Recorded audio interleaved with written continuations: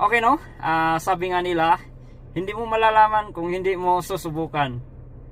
Ug karon, moadto ko sa kanang Edmonton.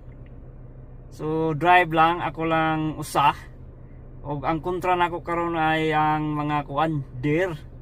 Kay kalit lang mulabang sa mga kalsada unya mingaw kayo. O tunga ta sa gabi nga mugikan diri kay ang atong biyahe kay maabot og 5 ka oras to sa hangtod sa Unom. Okay. So mao ni ang atong oras karon, alas 10. O na tong kalsada, grabe ka mingaw. Ug atong mileage, mo na yung atong mileage karon 368,205. So grabe na ni ka subok ni nga sakyanan no. So naiuban nga mahadlok na og taas na ang ilahang mileage. Kung naalang sa saktong maintenance, wala tay kabalakan ana.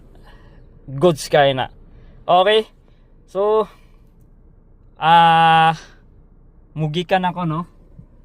Mugikan ako. So update lang ko ugma kung buntag na. So yan mo niya tong kalsada karon, grabe pa ka mingaw. So kontra lang gid ako ani ang kanang mga deer. Kay kalit na sila mo labang. So ang atong dagan karon sa mga 110 kilometer per hour. May estimate na to nga kakusgun. Okay. So dira ko taman, update lang ko pohon o maabot. Okay no? Thank you Lord.